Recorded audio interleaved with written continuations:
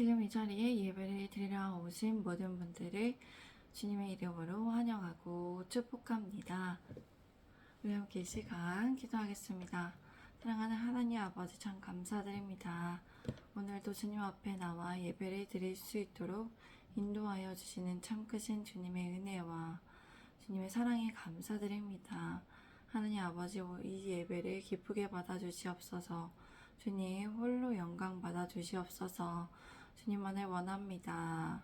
하나님의 말씀을 듣는 우리에게 주님의 은혜와 지혜로 함께하여 주시옵소서. 이 시간 다스려 주시고 통치하여 주시옵소서. 주님께 맡겨드립니다. 사랑합니다. 감사드립니다. 예수 그리스도의 이름으로 기도드립니다. 아멘. 오늘 설교의 주제는 예수님께서 생명이 되십니다입니다. 예수님께서 생명이 되십니다입니다. 제가 41절에서 44절까지 말씀을 읽겠습니다. 자기가 하늘에서 내려온 떡이라 하심으로 유대인들이 예수에 대하여 수근거려 이르되 이는 요셉의 아들 예수가 아니냐. 그 부모를 우리가 아는데 자기가 지금 어찌하여 하늘에서 내려왔다 하느냐. 예수께서 대답하여 이르시되 너희는 서로 수근거리지 말라. 나를 보내신 아버지께서 이끌지 아니하시면 아무도 내게 올 수 없으니 오는 그를 내가 마지막 날에 다시 살리리라. 주님 자신이 하늘에서 내려온 빵이라 말씀하시므로 유대인들이 예수님께 대하여 수근거리면서 말했습니다. 이 사람은 요셉의 아들 예수가 아닌가? 그의 부모를 우리가 알고 있는데 어찌 자신이 지금 하늘에서 내려왔다고 말할 수 있는가? 예수님께서는 말씀하셨습니다. 너희는 서로 수근거리지 말라. 나를 보내신 하나님 아버지께서 이끌어 주시지 않으면 아무도 내게 올 수 없다. 나는 그 사람들을 마지막 날에 다시 살릴 것이다. 이렇게 유대인들은 자신의 생각이나 어떠한 기대에 맞지 않는다고 해서 수근거리면서 불평하고 예수님을 불신하였습니다. 그러나 예수님께서는 불평하지 말라고 단호하게 말씀하셨습니다. 이것에 대해 주님께서는 성부 하나님께서 창세전에 택하심을 입은 사람들만 예수님께로 올 수 있고 구원받을 수 있음에 대해서 말씀하셨습니다. 우리 함께 45절에서 51절까지의 말씀을 읽겠습니다. 선지자의 글에 그들이 다 하나님의 가르치심을 받으리라. 기록되었은즉 아버지께 듣고 배운 사람마다 내게로 오느니라. 이는 아버지를 본 자가 있다는 것이 아니니라. 오직 하나님에게서 온 자만 아버지를 보았느니라. 진실로 진실로 너희에게 이르노니 믿는 자는 영생을 가졌나니 내가 곧 성명의 떡이니라. 너희 조상들은 광야에서 만나를 먹었어도 죽었거니와 이는 하늘에서 내려오는 떡이니 사람으로 하여금 먹고 죽지 아니하게 하는 것이니라. 나는 하늘에서 내려온 살아있는 떡이니 사람이 이 떡을 먹으면 영생하리라. 내가 줄 떡은 곧 세상의 생명을 위한 내 살이니라 하시니라. 예언서에는 이렇게 기록되어 있다. 그들은 모두 하나님의 가르침을 받을 것이다 라고 하였다. 아버지께로부터 듣고 배운 사람은 다 내게로 온다. 이 말은 하나님 아버지를 본 자가 있다는 것이 아니다. 오직 하나님께로부터 온 사람이 아버지를 보았다. 내가 진실로 진실로 너희에게 말한다. 믿는 사람은 영생을 가지고 있다. 나는 생명의 빵이다. 너희 조상들은 광야에서 만나를 먹었어도 결국은 죽었다. 나는 하늘에서 내려온 살아있는 빵이다. 사람이 이 빵을 먹으면 영원히 살 것이다. 내가 줄 빵은 곧 세상의 생명을 위해 주는 내 살이다. 하나님 아버지에게서 들은 자, 하나님의 진리의 말씀인 성경을 듣고 배우는 자들은 예수님께로 오게 되어 있습니다. 하나님의 말씀에 귀를 기울여 그 말씀을 습득하는 자들은 예수님께 나오게 되어 있습니다. 예수님께 나아오는 자들은 강요나 분위기 흐름에 따라 나오는 것이 아니라 하나님의 부르심에 대한 개인의 응답과 결단에 의해서 나타나는 것입니다. 예수님께서는 자신이 생명의 빵이고 하늘에서 내려온 빵이므로 사람이 예수님을 먹으면 영원히 살 것이다 라고 말씀하셨습니다. 여기에서 먹는다는 것은 예수 그리스도를 주님으로서 영접한다는 의미입니다. 그리스도와의 연합됨을 말합니다. 그리고 예수님께서는 세상의 생명을 위해 자신의 몸을 내어주셨던 것에 대해 예수님께서 주신 빵은 예수님의 몸과 살이심에 대해서 이렇게 말씀하셨습니다. 우리 함께 52절에서 57절까지 말씀을 읽겠습니다. 시작. 그러므로 유대인들이 서로 다투어 이르되 이 사람이 어찌 능히 자기 살을 우리에게 주어 먹게 하겠느냐. 예수께서 이르시되 내가 진실로 진실로 너희에게 이르노니 인자의 살을 먹지 아니하고 인자의 피를 마시지 아니하면 너희 속에 생명이 없느니라. 내 살을 먹고 내 피를 마시는 자는 영생을 가졌고 마지막 날에 내가 그를 다시 살리리니 내 살은 참된 양식이요 내 피는 참된 음료로다. 내 살을 먹고 내 피를 마시는 자는 내 안에 거하고 나도 그의 안에 거하니 살아계신 아버지께서 나를 보내심에 내가 아버지로 말미암아 사는 것 같이 나를 먹는 그 사람도 나로 말미암아 살리라. 이것은 하늘에서 내려온 떡이니 조상들이 먹고도 죽은 그것과 같지 아니하여 이 떡을 먹는 자는 영원히 살리라. 그러자 유대 사람들은 서로 논란을 일으키면서 말했습니다. 이 사람이 어떻게 우리에게 자기 살을 우리에게 주고 먹게 한단 말인가? 예수님께서 그들에게 말씀하셨습니다. 내가 진실로 너희에게 말한다. 인자의 살을 먹지 아니하고 또 인자의 피를 마시지 아니하면 너희 속에는 생명이 없다. 내 살을 먹고 내 피를 먹고 마시는 자는 영원한 생명을 가지고 있고 마지막 날에 내가 그를 살릴 것이다. 내 살은 참된 양식이요 내 피는 참된 음료이다. 내 살을 먹고 내 피를 마시는 사람은 내 안에 있고 나도 그 사람 안에 있다. 예수님께서는 살과 피를 먹는다는 것이 그리스도의 온전한 연합을 의미함에 대해서 이렇게 말씀하신 것입니다. 예수님의 대속적인 죽음 자체를 믿음으로 온전히 받아들이는 것을 뜻합니다. 그러므로 예수님의 십자가를 믿음으로 받아들이는 사람들에게는 생명이 있고 이를 거부하는 사람들에게는 생명이 없다는 십자가의 구속의 신비가 포함되어 있음을 말씀하셨습니다. 그러므로 성찬에서 예수님의 피를 상징하는 포도주와 살은 상징하는 빵을 먹음으로써 이러한 예수님의 말씀을 암시하며 성찬식을 우리가 행하며 지키고 있는 것입니다. 성찬의 궁극적인 의미는 예수님과의 연합하여 영생에 참여하는 것에 있습니다. 그리고 참된 양식인 예수님의 살, 참된 음료인 예수님의 피를 먹는 사람에게는 예수님 안에 거함으로 이루어지는 예수님 안에 거하는 것을 뜻합니다. 예수님 안에 거하는 사람은 참된 평안과 기쁨이 있는 삶을 살게 됩니다. 예수님 안에 거하는 사람은 영생을 보장되는 삶을 살아가고 있는 것입니다. 56절의 말씀부터 보겠습니다. 살아계신 하나님 아버지께서 나를 보내셨고 내가 아버지 때문에 사는 것과 같이 나를 먹는 사람도 나 때문에 살 것이다. 이것은 하늘에서 내려온 빵이다. 이것은 하늘에서 내려온 빵이다. 너희 조상들이 강야에서 먹고도 죽은 그런 빵은 아니다. 이 빵을 먹는 사람은 영원히 살 것이다. 아멘. 제가 59절에서 63절까지 말씀 읽겠습니다. 이 말씀은 예수께서 가브나움 해당에서 가르치실 때에 하셨느니라. 제자 중 여럿이 듣고 말하되 이 말씀은 어렵도다. 누가 들을 수 있느냐 한데 예수께서 스스로 제자들의 이 말씀에 대하여 수군거리는 줄 아시고 이르시되 이 말이 너희에게 걸림이 되느냐.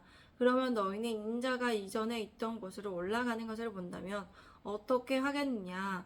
살리는 것은 영이니 육은 무익하니라. 내가 너희에게 이른 말은 영이요 생명이라. 예수님께서는 이 말씀을 가버나움 회당에서 가르치실 때 하신 말씀입니다.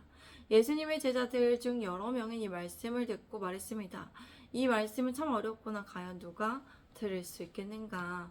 예수님께서는 제자들이 이 말씀에 대해 수근거리는 것을 알고 말씀하셨습니다. 이 가르침이 너희에게 걸림이 되느냐. 만약 인자가 이전에 있던 곳으로 올라가는 것을 본다면 어떻게 하겠느냐. 살리는 것은 생명을 주는 것이 살리는 것인 생명을 주는 것은 영이다. 육은 아무 소용도 없다. 내가 너희에게 한 말은 영이요 생명이다. 예수님께서는 육은 아무도 소용없다고 말씀하신 이유는 육신이 있는 곳에는 언제나 죄가 있기 때문이었습니다. 아담의 범죄 이후에 인간은 육적인 차원에 머물러 있는 것은 구원에 전혀 도움이 안 되었기 때문입니다. 그렇게 영적 가치를 소홀하게 여기는 육적 가치에 초점을 두는 가치관이 잘못된 것임을 이렇게 지적하여 말씀하여 주셨습니다. 예수님께서는 계속해서 자신이 생명의 떡이심을 말씀하신 이유는 영적으로 생명을 주는 것이 육적인 것이 아님을 밝히시고 예수님의 그 자체에서만 줄 수 있음을 말씀하신 것입니다. 예수님의 그 자체가 영이시고 생명이시고 말씀 그 자신이시기 때문에 생명의 능력이 예수님 자체에서 존재함을 이렇게 말씀하신 것입니다. 제가 64절에서 66절까지의 말씀을 읽겠습니다. 그러나 너희 중에 믿지 아니하는 자들이 있느니라 하시니 이는 예수께서 믿지 아니하는 자들이 누구며 자기를 팔 자가 누구인지 처음부터 아심이로라. 또 이르시되 그러므로 전에 너희에게 말하기를 내 아버지께서 오게 하여 주시 아니하시면 누구든지 내게 올 수 없다 하였노라 하시니라.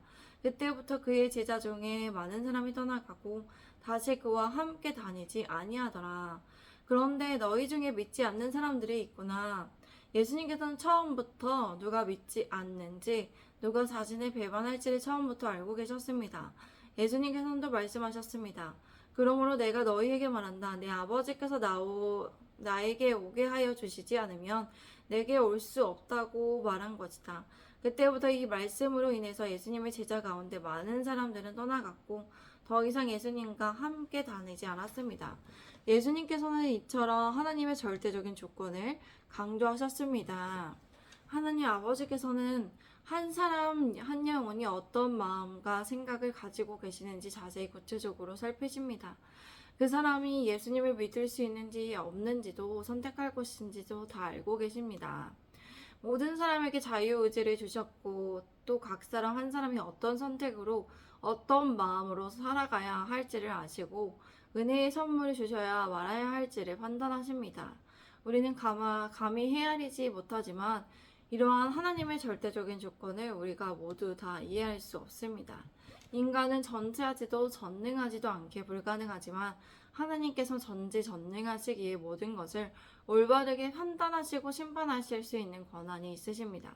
이러한 진리를 알게 된다면 하나님의 사랑과 공의에 대해 조금이나마 이해할 수 있게 될 것입니다. 그러므로 예수님을 계속해서 따르게 될 자와 예수님을 배신할 것을 아시면서도 예수님께서는 모든 사람들에게 기회를 주시고 끝까지 사랑하여 주십니다. 우리 함께 67절에서 71절까지 말씀을 읽겠습니다. 시작. 예수께서 12제자에게 이르시되 너희도 가려느냐? 시몬 베드로가 대답하되 주여 영생의 말씀이 주께 있사오니 우리가 누구에게로 가오리까? 우리가 주는 하나님의 거룩하신 자인 줄 믿고 알았사옵나이다. 예수께서 대답하시되 내가 너희 12를 택하지 아니하였느냐? 그러나 너희 중에 한 사람은 마귀니라 하시니 이 말씀은 가롯 시몬의 아들 유다를 가리키심이라. 그는 12 중에 하나로 예수를 팔자라. 예수님께서는 12 제자들에게 물으셨습니다. 너희도 떠나려고 하느냐? 시몬 베드로가 대답했습니다. 주님, 영생의 말씀이 주님께 있는데 우리가 누구에게로 가겠습니까? 우리는 주님께서 하나님의 거룩하신 분임을 믿고 또 알았습니다. 예수님께서는 말씀하셨습니다. 내가 너희 12를 택하지 않았느냐? 그러나 너희 가운데에서는 하나는 악마이다. 이 말씀은 가룟 시몬의 아들 유다를 가리켜서 하신 말씀이었습니다. 그는 12 제자 가운데에서 한 사람으로 예수님을 배신하게 될 사람이었습니다. 우리는 오늘 본문 말씀을 통해서 생각해 볼 수 있습니다. 많은 사람들은 이 세상에서의 부와 영화를 다 누려보고 난 후에 죽기 이전에 예수님을 믿겠다고 합니다. 예수님을 따른다고 하는 것은 예수님의 제자가 된다는 것은 결코 쉽지 않습니다. 세상의 부와 영화를 내려놓아야 하고 세상의 가치관과 관계를 등지고 살아가야 합니다. 그러한 세상적인 기준을 거스르고 하나님을 따른다는 것은 고난과 고통이 감사합니다. 그러나 예수님을 따른다는 것에는 그만큼 소중하고 귀하고 가치가 있고 영원한 생명이 있습니다. 예수님께는 생명이 있습니다. 이 땅의 생명보다 귀한 영원한 생명, 사라지지 않는 생명이 있고 죽지 않고 꺼지지 않는 생명이 있습니다. 그 생명 안에 참된 기쁨과 평안이 있고 예수님을 따른다는 것은 영원한 삶의 가치를 주는 것이기 때문에 이 세상의 어떤 부와 영화와 지위보다 값진 것입니다. 이 땅에서 어떻게 살아가느냐에 따라 썩어지지 않을 상급도 달라지고 있어야 할 자리도 달라집니다. 그러므로 우리는 예수님 안에 있는 삶의 가치를, 세상의 가치를 두고 예수님의 말씀에 순종하여 따르는 제자들이 되어야 합니다. 우리 예수님의 제자된 교회가 예수님께 생명이 있음을 매일 순간마다 체험하시고 누리시기를 바랍니다. 주님의 말씀에서 주님과 함께하는 기도의 자리에서 예수님께서 생명 되시고 모든 것이 되심을 경험하시고 예수님 안에서 생명의 윤택한 삶을 살아가시기를 바랍니다. 우리 함께 이 시간 기도하겠습니다. 사랑하는 하나님 아버지, 오늘도 함께하여 주시고 은혜를 내려주시니 감사드립니다. 사랑하는 하나님 아버지, 우리의 생명 되신 주님을 우리가 기억합니다. 우리가 생명 되신 주님께 우리의 모든 세상의 가치를 하는 예수님께 둡니다. 그리하여 예수님을 위하여 예수님께서 우리의 생명의 삶의 주인 되어 주시는 주님을 믿고 의지함으로 살아가게 하여 주시옵소서. 생명의 떡으로 생명의 빵으로 그 말씀 자체로 이 땅의 육적인 것이 아니라 이 땅에 영적인 생명을 우리에게 주시는, 우리에게 구원을 주시고 영생을 주시는 주님이심을 우리가 그렇게 알고 그 말씀에서 우리가 생명을 얻고 날마다 주님과 함께 기도하는 자리, 말씀하는 자리에서 주님의 생명됨을 우리가 체험하고 누릴 수 있게 하여 주시옵소서. 우리 예수님의 제자된 교회가 예수님께 모든 것을 두고 모든 가치를 두며 예수님께 생명이 있음을 우리가 고백하며 그렇게 살아가는 예수님의 제자된 교회가 되기 원합니다. 주님, 그렇게 우리 교회를 세워주시옵소서. 우리 예수님의 제자된 교회가 주님을 따라가며 생명 되신 주님을 바라보며 주님 앞에 모든 것을 우리가 정말 물어보고 그 전지전능하신 하나님의 주권 앞에 우리가 모든 것을 순종하며 나아가기를 원합니다. 예수님의 제자된 교회 주님의 생명이 있음을 우리가 고백하며 경험하며 주님 앞에 그 말씀 자체에서 힘을 얻고 생명을 얻게 하여 주시옵소서. 우리가 그리하여 윤택한 삶을 살아가게 하여 주시옵소서. 주님 신뢰합니다. 주님을 의지합니다. 사랑합니다. 예수님 안에 모든 것이 있음을 고백합니다. 사랑합니다. 예수님의 이름으로 기도드립니다. 아멘. 오늘도 함께하여 주신 모든 분들 주님 안에서 사랑하고 축복합니다. 오늘도 주님 안에 좋은 하루 되세요. 샬롬.